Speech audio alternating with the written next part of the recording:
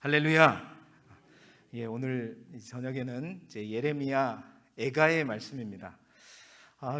예레미야를 굉장히 오랫동안 제가 지금 설교하고 있는 것 같아요. 또 아무도 다음 주에도 또 예레미야를 가지고 설교를 해야 될 것 같은데, 예레미야를 이렇게 오랫동안 개론도 하고 그러는데 또 예레미야 애가는 또 무슨 할 말이 있습니까, 목사님? 그런데 예레미야 얘기하는 또 예레미야하고 완전히 또 다릅니다. 저자는 같지만 그 내용이 좀 다른 내용인데요. 오늘 예레미야 애가를 통해서 또 하나님의 음성이 들려지고 깨달아지는 은혜로운 이 밤이 될 수 있기를 주님의 이름으로 축원합니다. 끝까지 예레미야가 권유했어요.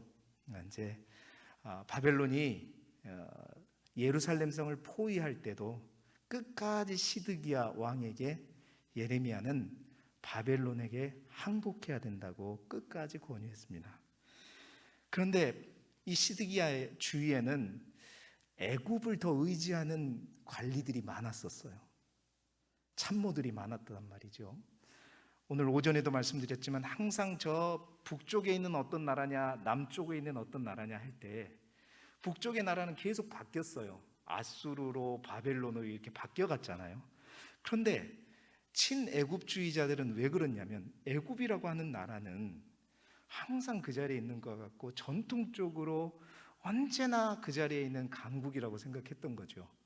그러다 보니까 이 많은 고관들이 은근히 시드기야를 이렇게 종용하는 거예요. 애굽을 의지해야 됩니다. 끝까지 우리는 애굽 손을 잡아야 됩니다. 그랬을 때 시드기야의 마지막 결정은 예레미야 말을 듣지 않았어요. 누구의 말을 들었어요? 결국 그가 잡은 것은 포로의 그 예루살렘이 갇혀 있을 때도 끝까지 기다렸던 건 누구냐면 애굽이 와서 행여나 자기들을 도와줄지 않을까라는 그 기대를 가지고 기다렸던 겁니다.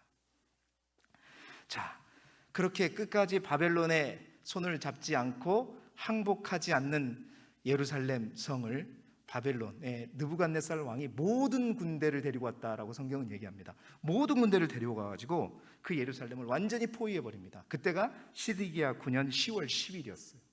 그때부터 시드기야 9년 10월 11일부터 11년 4월까지, 그러니까 정확하게 기간으로 따지자면 얼마냐면 1년 6개월 동안 예루살렘을 완전히 둘러싸버린 겁니다.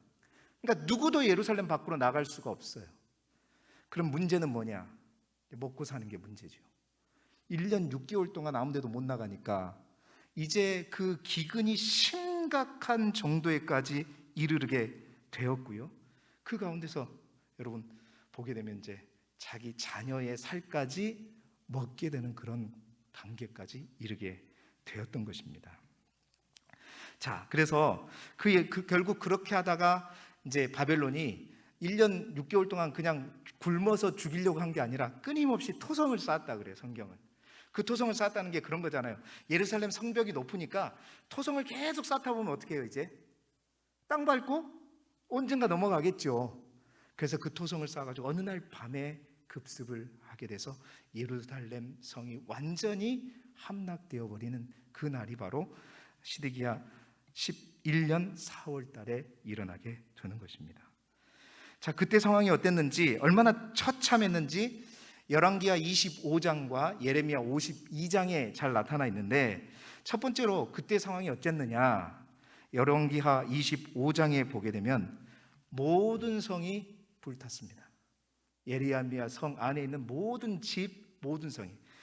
예레미야 25장 9절의 말씀을 함께 볼까요? 25장 9절의 말씀을 보게 되면 여호와의 성전과 왕궁을 불사르고 예루살렘의 모든 집을 귀인의 집까지 불살랐으며, 당연히 예루살렘 성전도 어떻게 해요?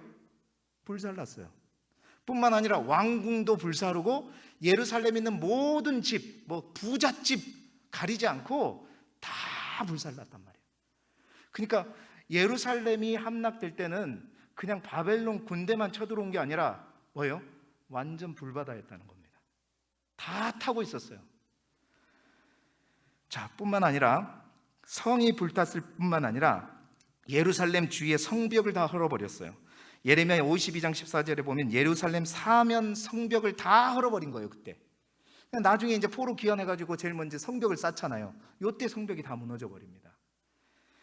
그리고 뿐만 아니라 두 번째로 성전에 있는 성전 기물들을 싹 다 가져가 버려요. 자, 열왕기하 25장 13절 14절의 말씀을 보게 되면 갈대아 사람이 또 여호와의 성전의 두 놋기둥과 받침들과 여호와의 성전의 놋바다를 깨트려 그 놋을 어디로 가져가요? 바벨론으로 가져가 버립니다. 심지어는 어떤 것까지 가냐면 또 가마들과 부삽들과 부집개들과 숟가락들과 섬길 때 쓰는 모든 놋그릇을 다 어떻게 해요? 다 가져가 버려. 다 하나도. 성전에 있는 모든 자질구레한 기구들까지 놋으로 된 것은 싹 다 하나도 안 남기고 싹 다 가져가 버립니다. 다 가져가고 모든 것을 다 가져가 버려요. 세 번째로는 모두 사로잡아가고 비천한 사람들만 남겨둡니다. 열왕기하 25장 11절 12절의 말씀 한번 볼까요? 성중에 남아있는 백성과 바벨론에게 항복한 자들과 무리 중에 남은 자는 시위대장 느부사라단이 모두 어떻게 해요? 사로잡아가고 시위대장이 그 땅에 비천한 자들, 가난한 사람들, 데려가도 아니 남아있어도 별 볼 일 없는 사람들, 그런 사람들만 남겨두어서 포도원을 다스리는 자와 농부가 되게 하였더라. 자, 그때 끌려간 사람이 예레미야 52장에 보게 되면 4,600명이라고 얘기하고 있어요. 다 끌고 가버립니다. 여러분, 이란 예루살렘 성의 함락의 현장들을 한번 이 말씀을 듣고 한번 생각을 해보시란 말이에요. 성경이 자세히 얘기하지 않지만 가만히 보면 그 성 자체가 완전히 불바다가 되었어요. 뿐만 아니라 그 성 자체에 그 정도로 불바다가 되면 조용하겠습니까? 애들은 엄마 찾고 울고, 아이들은 아프다고 울고, 엄마 아빠는 애들이 죽어서 울고, 여기저기 막 울음바다가 됐을 겁니다. 뿐만 아닙니다. 젊은 청년들은 뭔가 바벨론 군인이 오면 가만히 있겠어요? 싸우기도 하고 도망가기도 하겠죠. 그럼 당연히 칼바람이 불게 되는데 그 칼에서 피를 흘리고 온천지가 피바다가 됐을 겁니다. 뿐만 아니라 건물이 무너지니까, 성이 무너지니까 여기저기에 먼지와 함께 돌들이 돌바다가 됐을 거예요. 바로 이것이 예루살렘이 멸망할 때의 일입니다. 자, 여러분, 그런 상황을 바라보는 예루살렘에 남아있는 유다 사람들의 심정이 여러분 어떻게 했을까요? 그 심정이 어땠을까요? 또한 그것을 바라보는 예레미야의 심정 또한 어땠을까요? 예레미야 예가는 바로 바벨론에 의한 예루살렘의 멸망을 지켜보면서 그 이후에 참혹한 결과들을 보면서 슬픔을 노래한 시가 바로 예레미야 예가라는 것입니다. 그래서 이 예레미야 예가는 누가 지었느냐? 우리가 너무나도 잘 알듯이 전통적으로 바로 예레미야가 지었다라고 학자들이 이야기하죠. 자, 쉽게 말하면 예레미야 예가는 그거예요. 예루살렘의 멸망을 바라보며 읊은 조가입니다. 조가, 슬픈 노래이죠. 자, 그렇다면 그 노래는 과연 어떠한 내용을 담고 있을까요? 뿐만 아니라 이러한 노래를 예레미야가 부른 이유는 무엇일까? 그리고 이 노래가 지금 오늘 우리에게 주는 메시지는 무엇일까? 우리 함께 세 가지로 나누어 보도록 하겠습니다.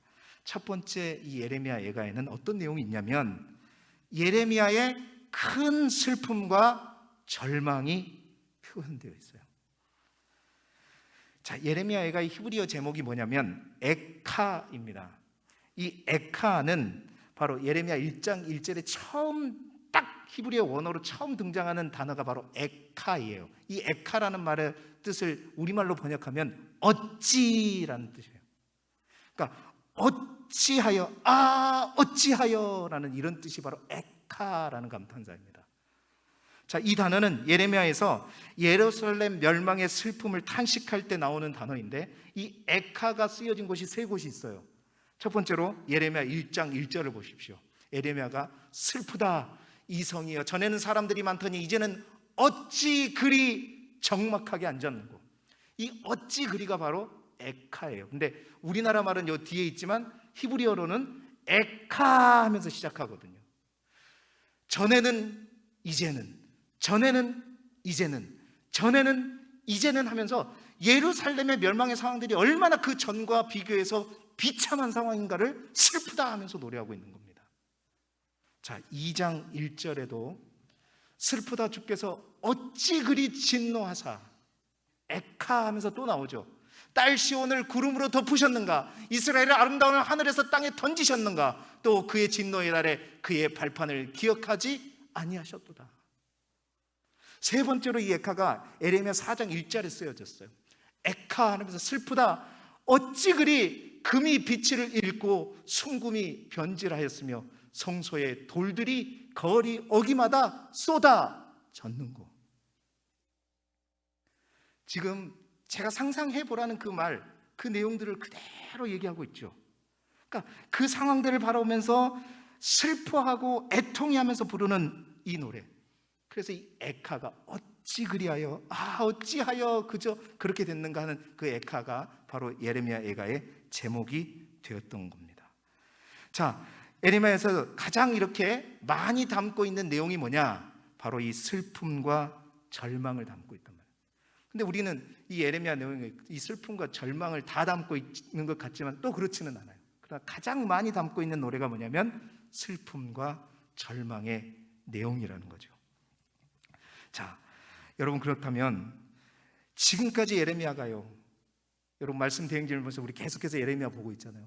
왜 그토록 예레미야가 정말로 피눈물을 흘리면서 갖은 수모를 겪으면서 정말 불붙는 마음으로 끝까지 죽음을 각오하고 예언했는가?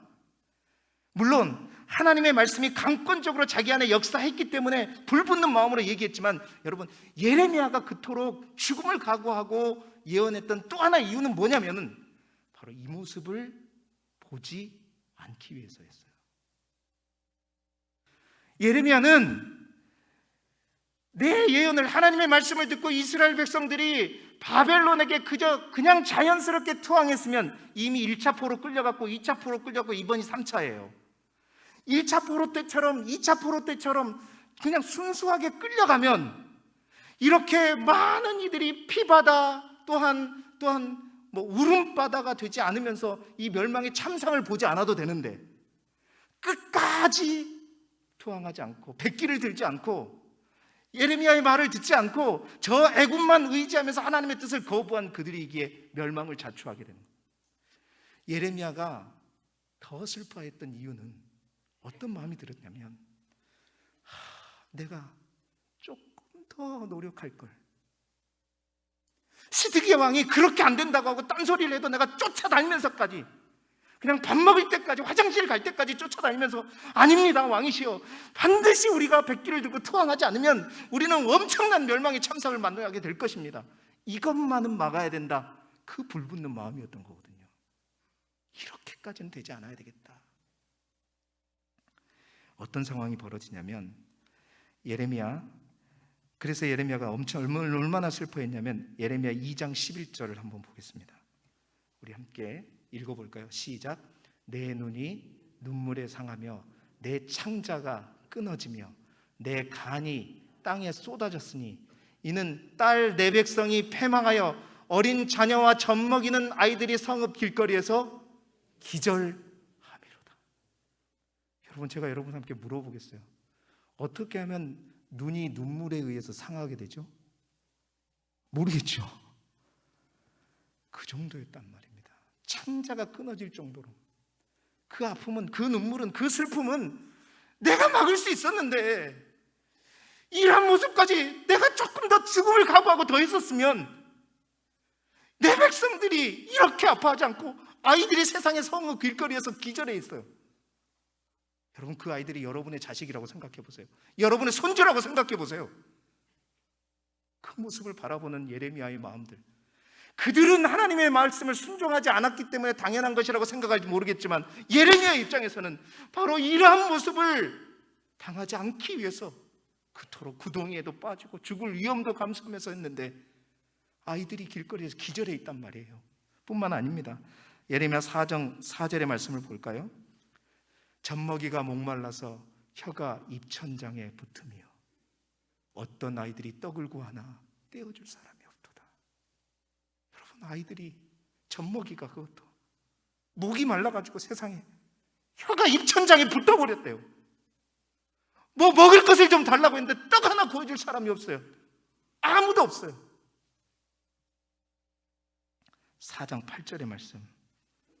이제는 그들의 얼굴이 숯보다 검고 그들의 가죽이 뼈들에 붙어 막대기 같이 말랐으니 어느 거리에서든지 알아볼 사람이 없다.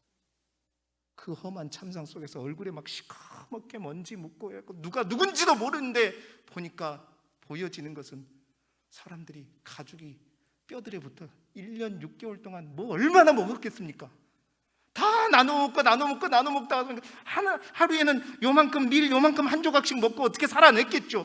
그러다 보니까 가죽이 뼈들에 붙어서 막대기 같이 말랐으니 사람이 봐도 누군지 알아볼 수가 없을 정도였단 말이에요.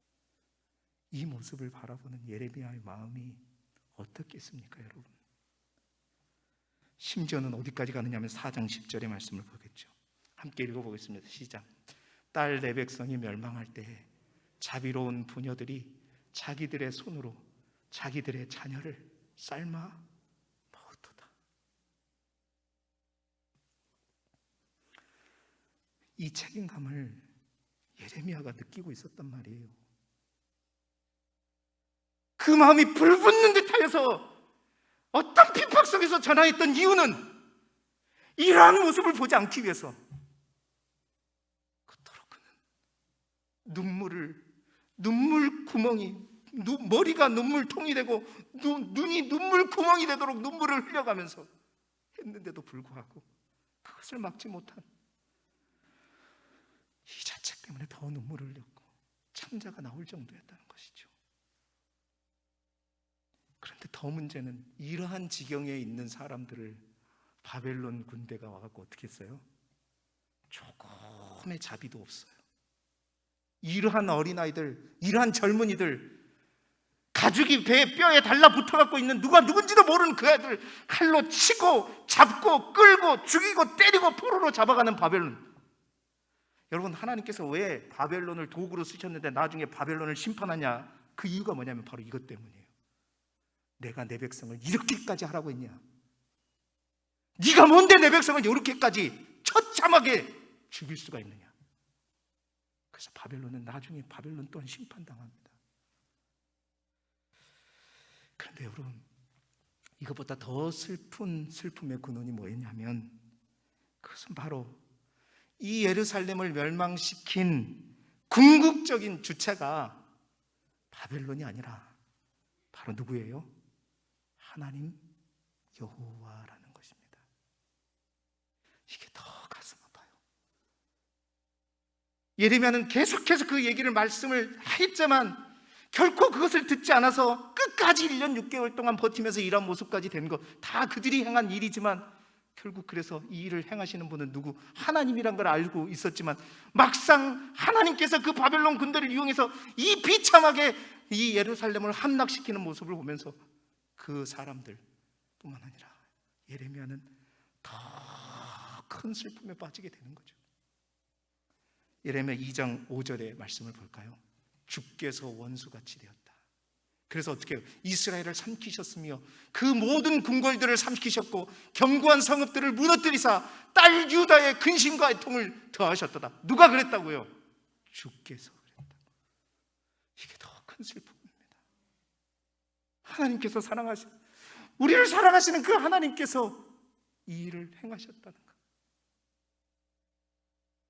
2장 21절의 말씀 함께 볼까요? 늙은이와 젊은이가 다 길바닥에 엎드려져 싸우며 내 처녀들과 내 청년들이 칼에 쓰러졌나이다. 주께서 주의 진노의 날에 죽이시되 긍휼히 여기지 아니하시고 도륙하셨나이다. 여러분, 유다 백성들은 지금까지 어떻게 생각했죠? 우리는 다르다. 우리는 택한 백성이다. 우리는 하나님을 믿는 백성이고 우리에게는 예루살렘 성전이 있다.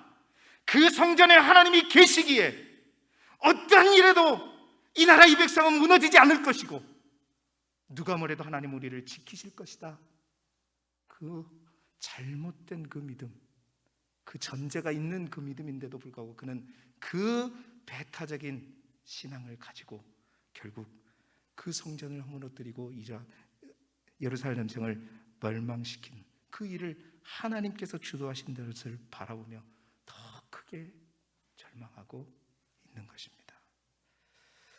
사랑하는 여러분, 더 자세한 내용은 이제 예레미야 예가를 우리가 읽어갈 때 새벽에 나누도록 하는데, 이 엄청난 슬픔과 절망과 탄식, 여러분, 그런데 끝까지 하나님께 불순종하고 멀어져가는 유다 백성들의 이러한 모습보다 더 비참하고 더 참혹하고 더 슬픈 모습을 우리가 어디에서 보게 되느냐? 여러분, 잘 들으세요.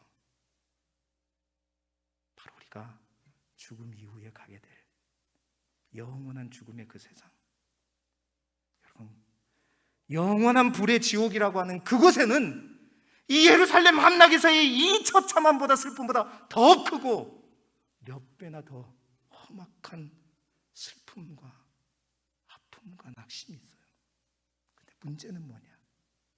지금 이 땅에서는 안전하다 생각하고 그러지 않을 것이라고 생각하는 여러분 가정에 가까이 있는 여러분의 가족들 중에, 여러분의 이웃들 중에, 여러분의 친척들 중에, 여러분, 바로 그곳에서 이 예루살렘의 참상보다 더 큰 슬픔과 아픔을 만나야 될 사람이 있다는 것입니다.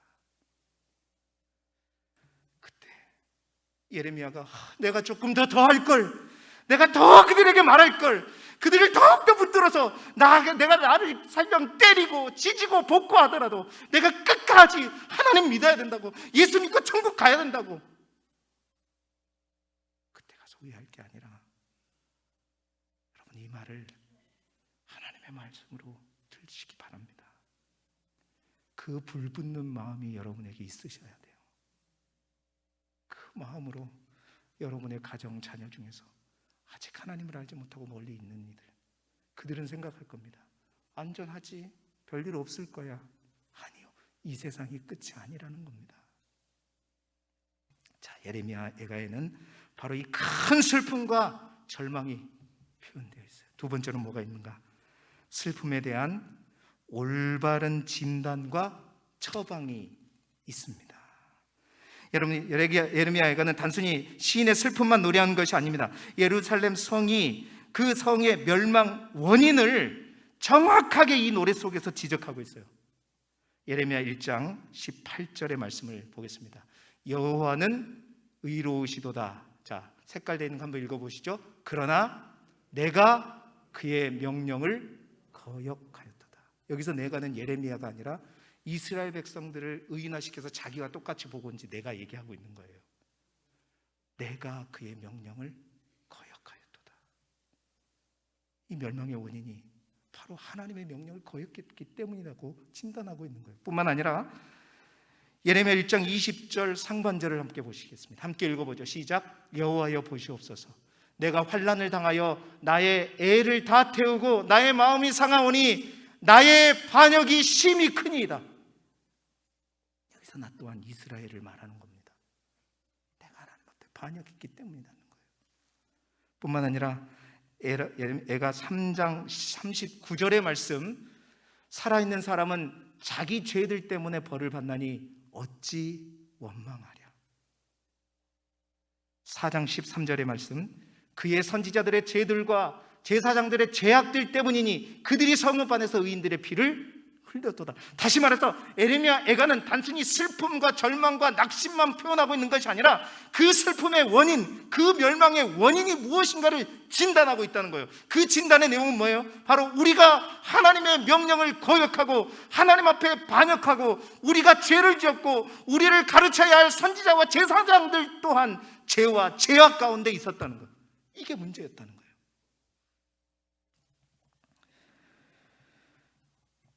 올바른 진단을 내리게 되면 그 올바른 진단에 대한 처방이 나오겠죠. 예레미야 예가에는 그 처방까지 노래합니다. 그 처방이 뭐냐?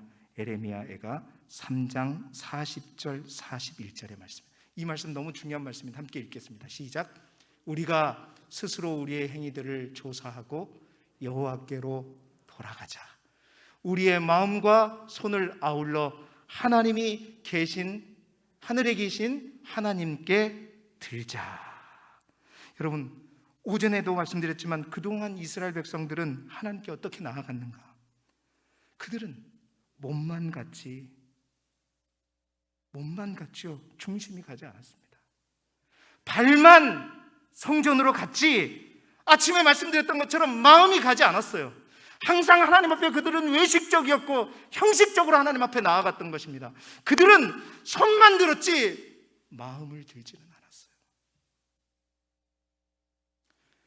예레미야 예가를 통해서 그는 그들의 문제가 뭔지를 분명하게 진단할 뿐만 아니라 그에 대한 처방에 대해서 뭐라고 얘기하느냐? 41절에 우리의 마음과 뭐를요? 손을 아울러서란 말은 손만 드는 게 아니라 그동안 손만 드는 신앙이요, 손만 드는 믿음을 가지고 그냥 손만 들면 모든 것이 다 될 거라고 생각하고 그렇게 예배하고 하나님을 믿고 나아갔는데 이제는 손이 아니라 손과 함께 뭘요? 마음을 드는 것. 마음과 손을 아울러. 여러분, 제가 부등호를 열라 설교 생각나세요? 생각 잊어버렸어요? 다시 한번 해야 되겠네. 그러면 부등호 딱, 이 부등호는 손만 올리는 게 아닙니다. 우리의 마음을 올리고 또한 믿음을 올리고 우리의 중심을 올리는, 여러분, 그 진단까지 얘기하고 있는 거예요. 여러분, 이 노래의 이 내용이 얼마나 중요한지 모릅니다. 사랑하는 성도 여러분, 여러분의 손만 하나님 앞에 올라가지 않기를 소망합니다. 이 시간 예배를 드리는 이 자리에 여러분 몸만 이 자리에 있지 않기를 바랍니다. 주님의 성소 앞에 날마다 여러분의 마음이 들어가기를 원하고 여러분의 중심이 들어가기를 원하고 여러분의 손만 하나님 앞에 드는 게 아니라 마음과 중심을, 믿음을 모두 올려들고 날마다 하나님을 찬양하고 하나님을 노래할 수 있기를 바라요. 오늘 찬양하면서 주 나의 모습 보내.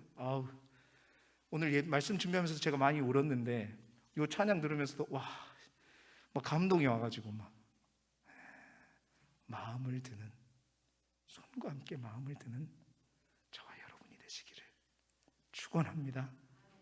세 번째로 뭐냐? 회복의 소망도 드러나 있다는 거예요. 회복의 소망도 드러나 있습니다. 이제 그 어느 것보다도 중요한 내용이 있어요. 그것은 바로 예루살렘이 무너지고 모든 소망이 사라져버린 같은 그 상황 속에서도 시인은 뭘 놓지 않느냐면 회복의 소망을 놓지 않았어요. 그 내용이 바로 뭐냐? 오늘 우리가 함께 읽었던 본문의 내용이고 바로 예레미야 애가의 터닝 포인트, 전환점의 말씀입니다. 뭔 말이에요? 그러나 아직 우리에게 뭐는 있다? 소망은 있다. 그러나 아직 우리에게 희망은 있다. 여러분, 이 노래가, 이 내용이 예레미야 예가에 들어가 있다는 겁니다.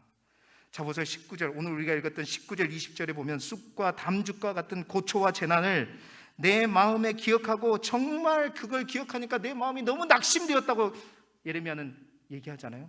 그런데 3장 21절을 보십시오. 3장 21절 보세요. 이것을 내가 내 마음에 담아두었더니 그 아픔과 그 슬픔과 고난과 그 마음을 내 마음에 담아두었더니 그것이 오히려 뭐가 되었대요? 나의 소망이 되었다. 여러분, 이 말씀을 잘 보세요. 내 슬픔과 아픔의 덩어리를 내 마음속에 꽉 간직했는데 그것이 나를 완전히 절망시키는 것이 아니라 나의 소망이 되었대요. 여러분, 어떻게 그게 가능할까요? 어떻게 가능했냐? 이어지는 22절의 말씀에 그 답이 있어요. 한번 읽어봅시다. 시작. 여호와의 인자와 긍휼이 무궁하심으로 우리가 진멸되지 아니함이니이다. 가만히 그 쓰디쓴 고난과 그 쓰디쓴 슬픔을 내 마음속에 가만히 기억하고 담았더니 제일 먼저는 막 낙심이 되는 거예요. 슬퍼지는 거예요. 그런데 그것을 계속해서 담고 곰곰이 그 의미를 생각하면서 주님의 관점에서 이것들을 해석하면서 주님 앞에 기도하며 이 상황이 무슨 뜻인가 하나님 앞에 물으며 나아갔더니 하나님께서 이렇게 하신 데는 뭔가 분명히 뜻이 있을 것이다. 그 소망을 가지고 그 마음을 가지고 그것들을 담고 곰곰이 깊이 묵상하면서 하나님 앞에 묻고 나아갔더니 깨달아지는 것이 있더라는 거예요. 아! 놀랬죠? 아! 그거다, 그거. 맞아. 하나님 우리에게 말씀하셨지. 주의 인자. 여러분, 인자하심이라는 것은 뭐냐면 세번역 성경에서는 한결같은 사랑. 하나님의 사랑은 한결같은 사랑이지. 그 하나님의 사랑은 한결같은 사랑은 다함이 없고 하나님의 긍휼은 끝이 없다고 하나님께서 우리에게 날마다 말씀하셨지. 그 말씀이 퍼뜩 생각이 난 거예요. 맞아. 내가 왜 이 슬픔만, 이 고난만, 이 아픔만 바라보고 있는 거지? 왜 내가 이것만 붙잡고 있는 거야? 가만히 봤더니 이 아픔을 통해서 하나님이 나에게 말씀하시는 것은 내가 너를 끊임없이 끝까지 사랑한다. 한결같이 나의 사랑은 여전하다. 그 사랑이 팍 생각나는 거예요. 깨달아지는 거예요. 하나님의 긍휼이 끝이 없다는 것, 그 말이 믿어지는 거예요. 그 순간에 하나님 안에서 그가 뭘 발견해요? 소망을 발견하게 되는 것입니다. 그래서 아침마다 일어나도 여전히 그 슬픔과 그 상황은 똑같아요. 하나도 변한 게 없어요. 슬프고 절망적인 현실이지만 문제는 그 소망을 하나님에서 붙들고 이제 슬픔만이 아니라 그 소망과 희망과 하나님의 사랑하심을 붙들고 나니 아침마다 일어나니까 놀라운 일이 생기는 거예요. 자기 안에 슬픔의 크기만큼 뭐가 커지는가? 3장 23절의 말씀 읽어보겠습니다. 시작. 이것들이 아침마다 새로우니 주의 성실하심이 어떻게다? 크시도소이다. 슬픔만 커지는 게 아니라 그 슬픔의 크기만큼 하나님의 성실하심이, 나를 향한 하나님의 인자하심과 하나님의 긍휼하심이 끝이 없고 영원하시는 그 하나님의 성실하심이 아침마다 상황과 여건은 변화되지 않지만 내 안에 그 믿음은 더욱더 커져지고 하나님을 향한 그 믿음은 더욱더 커져서 그 하나님의 성실하심이 아침마다 일어날 때마다 더욱더 커지는 거예요. 커지는 거예요. 커지는 거예요. 아멘 하시는 분만 커질 줄 믿습니다. 자, 그렇게 그 커진 믿음을 가지고 확신 가운데 이 선언을 하게 돼요. 함께 읽어보겠습니다. 3장 24절부터 26절 시작. 내 심령에 이르기를, 다 보세요. 자기 심령에게 이제 선포하는 거예요. 시작. 여호와는 나의 기업이시니 그러므로 내가 그를 바라리라 하도다. 기다리는 자들에게나 구하는 영혼들에게 여호와는 선하시도다. 사람이 여호와의 구원을 바라고 잠잠히 기다림이 좋도다. 여러분, 그 소망이 자기 안에 점점 커지고 믿음이 커지는 순간 그에게 내가 여호와를 더욱더 바라봐야 되겠구나. 그러면서 또한 그래, 기다리자. 이 끝이 분명히 하나님께서 나에게 그 넓으신 은혜와 사랑으로 나를 회복시킬 그날이 반드시 올 것이라는 그 하나님을 바라보면서 잠잠히 기다림이 좋도다. 그 믿음이 생기는 겁니다. 그래요. 여러분, 어떠한 절망 앞에서도 이 하나님의 한결같은 사랑을 결코 잊지 마시고 그 사랑을 붙잡으실 수 있는 사랑으로 이길뜨의 모든 성도들이 되시기를 주님의 이름으로 축원합니다. 축원합니다. 정말로요. 정말로 그러기를 바랍니다. 그래서 예레미야는 3장 31절 우리가 읽지는 않았지만 그건 하나님은 한 번 택한 백성을 영원히 버리시지 않는다는 그 확신을 갖게 돼요. 그래요. 예레미야에게는, 이 예레미야 애가는 단순히 멸망의 슬픔과 고통만 노래하는 슬픔의 노래가 아니라, 지금까지 여러분 이 애가를 그러한 노래로만 알고 있었다면 착각입니다. 예레미야 애가는 그 슬픔의 노래 맞아요. 그러나 그 슬픔의 노래와 함께 이 노래는 깨달음의 노래예요. 나의 죄를 깨닫고 또한 나를 향한 하나님의 사랑을 깨닫는 깨달음의 노래이고, 뿐만 아니라 희망과 소망의 노래인 줄 믿습니다. 자, 그 내용을 예레미야 애가가 어떻게 구조를 가지고 설명하고 있는가 한번 보세요. 여러분 머리 아프게 하는 그림. 자, 예레미야 애가는 총 5장으로 되어 있다는 얘기죠. 1장부터 4장까지는 좀 어려운 말이 써져 있죠. 뭐라고 되어 있어요? 답관체 비탄시. 5장은 비답관체 기도시. 그래서 예레미야는 총 5개의 애가로 묶여져 있습니다. 첫 번째 애가, 두 번째 애가, 세 번째 애가 이제 주제는 멸망, 애곡, 참상, 회개, 멸망 원인, 회복 기도 이렇게 되어 있어요. 근데 여기서 우리가 중요한 건 눈여겨볼 게 뭐냐면 바로 답관체라는 거예요. 여러분 답관체가 뭔지 아세요? 시가서에서 제가 시편을 하면서 했었으면 분명히 언급이 됐었을 텐데 이 답관체라고 하는 것은 뭐냐면 히브리 알파벳이 총 몇 개냐면 22개예요. 그 22개, 영어로 하면 A, B, C, D, E, F, G 이것처럼 알파벳이 총 22개인데 이 답관체로 시를 짓는단 말은 우리 삼행시 때 정훈 하면 뭐라 그래요? 정 그러면 정이 많고 순수하면 뭐 이런 것처럼 A, B, C, D 알파벳을 딱 하고 딱 A 하면 그 A로 그 첫 번째 노래가 딱 시작하고 B 하면 B로 노래가 시작되는 거예요. 그러면 알파벳이 총 22개면은 1장은 총 몇 절까지 있을까요? 한번 보세요. 몇 절까지 있는지. 22절까지 있어요. 이게 답관체로 되어지는 시단 말이에요. 2장도 22절, 3장은 보시면 66절이에요. 3장은 어떻게 되냐면 3절씩 하나로 묶어가지고 A, B, C, D로 되어 있어요. 그래서 몇 절? 66절까지 있고 4장도 답관체로 되어 있단 말이에요. 5장은 답관체로 되어 있지 않는데 그 대신 5장은 답관체로 되어 있지 않지만 22개의 절로는 맞춰서 또 지어놨어요. 여러분 여기 굉장히 중요한 메시지가 있습니다.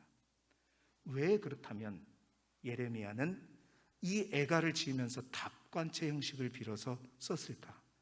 답관체로 시를 지으려면 그냥 짓는 것보다 몇 배나 더 힘들어요. 왜요? 그 운율을 A, B, C, D를 맞춰야 되기 때문에. 삼행시 잘 지은 사람들도 뭐 하도 짓다 보면 힘들어지는 것처럼 이거 굉장히 어렵습니다. 그런데 그렇게 지었던 이유가 뭐냐면 시편에도 119편이 그렇게 되어 있거든요. 답관체로 되어 있단 말이에요. 그렇게 짓는 이유는 그렇게 해야 기억이 잘 나요. 여러분 막 역사 공부할 때 어떻게 외우죠? 복잡한 거 우리 그런 말 무식한 말로 앞대가리 첫 글자만 딱딱 해갖고 다다다다다 해가지고 그거 하나 딱 기억해놓고 다다다다 쓰고 또 그 앞에 한 글자 하고 다다다 쓰고 그런 기억 많이 있으시죠? 공부 안 하셨구만. 공부를 저는 항상 그렇게 외워서 머리가 딸리니까. 답관체를 빌린다는 것은 이거를 혼자서도 외우지 않고 술술술 부를 수 있게 하기 위해서 답관체 형식을 빌어 쓰는 것입니다. 자, 그러면 여러분 이 노래를 왜 답관체로 지었는가? 정말 예레미야는 마지막까지 하나님의 명령에 충성했던 종이라는 것을 알 수가 있습니다. 이 노래를 누가 부르고 누가 이 노래를 기억했는가?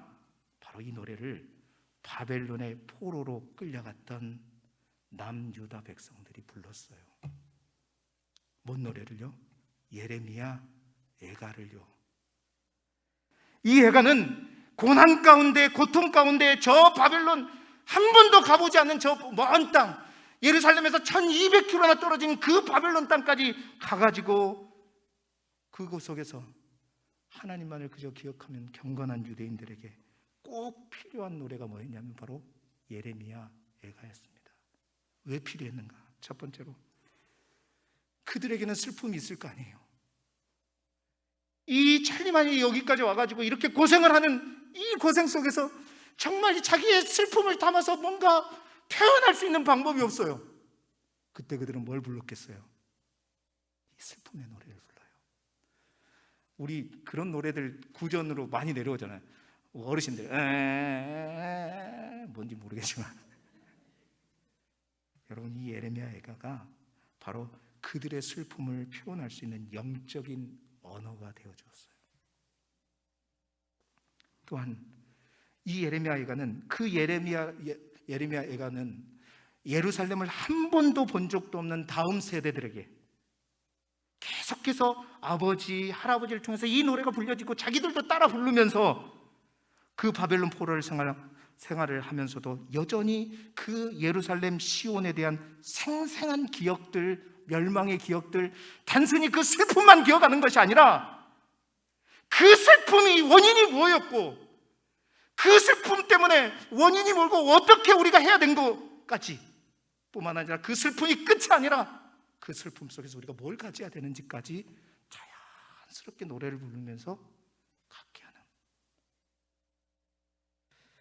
또한 이 얘기를 통해서 그들은 끊임없이 그 깨달음의 내용들을 가지고 자신들의 죄를 애국하면서 하나님을 향해서 회개하는 마음으로 이 노래를 부르면서 손만 든 게 아니라 마음의 손을 들면서 바벨론 70년의 기간 동안 자신들의 죄를 하나님 앞에서 깨끗이 씻어내는 정화의 기간으로 삼게 되었을 때 이 노래가 도구가 되었던 것입니다.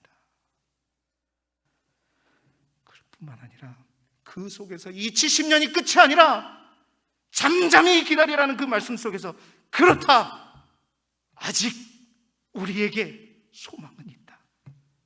하나님께서 반드시 이 때가 지나면, 70년이 지나면 우리를 다시 회복시킬 것이고 그곳에 돌아가게 하실 것이다 라는 이 모든 노래를 부르면서 다시 한번 그것들을 슬퍼하기도 하고 깨닫고 죄를 뉘우치고 하나님 앞에 돌아갔고 다시 한번 소망의 주먹으로 불끈 쥐고 오늘도 내일도 버티면서 그날을 바라보며 나아갔다는 것입니다.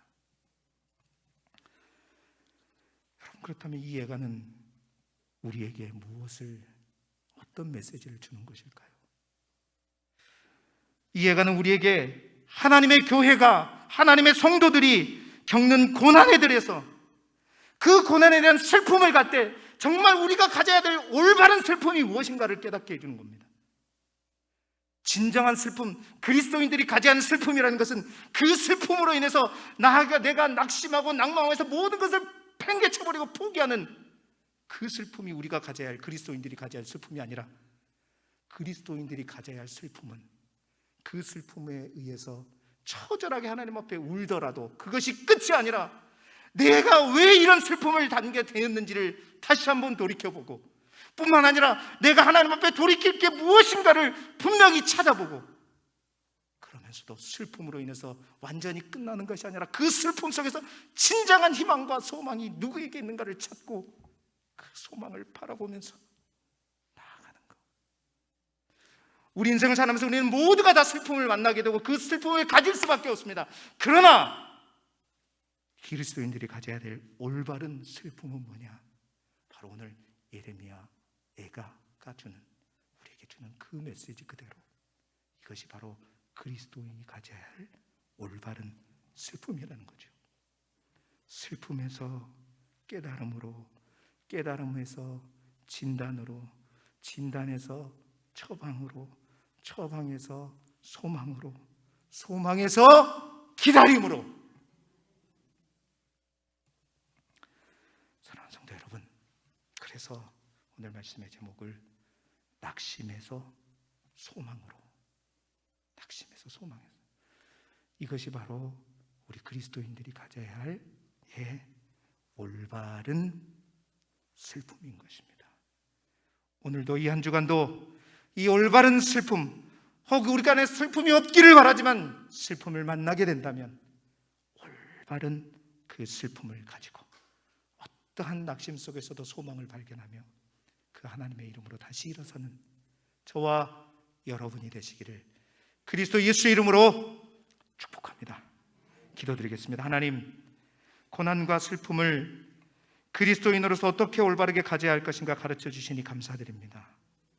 오늘도 슬픔 당한 주위를 살펴보는 예레미야와 같은 마음을 갖게 하시고 그 슬픔이 슬픔에서 끝나지 않고 결국 낙심에서 소망으로 변화시켜가는 우리의 믿음이 되게 하여 주옵소서. 슬픔 속에서 깨달음과 소망을 발견하는 사랑하는 우리 모든 성도들이 되게 하여 주옵소서. 예수 그리스도의 이름으로 기도드리옵나이다. 아멘.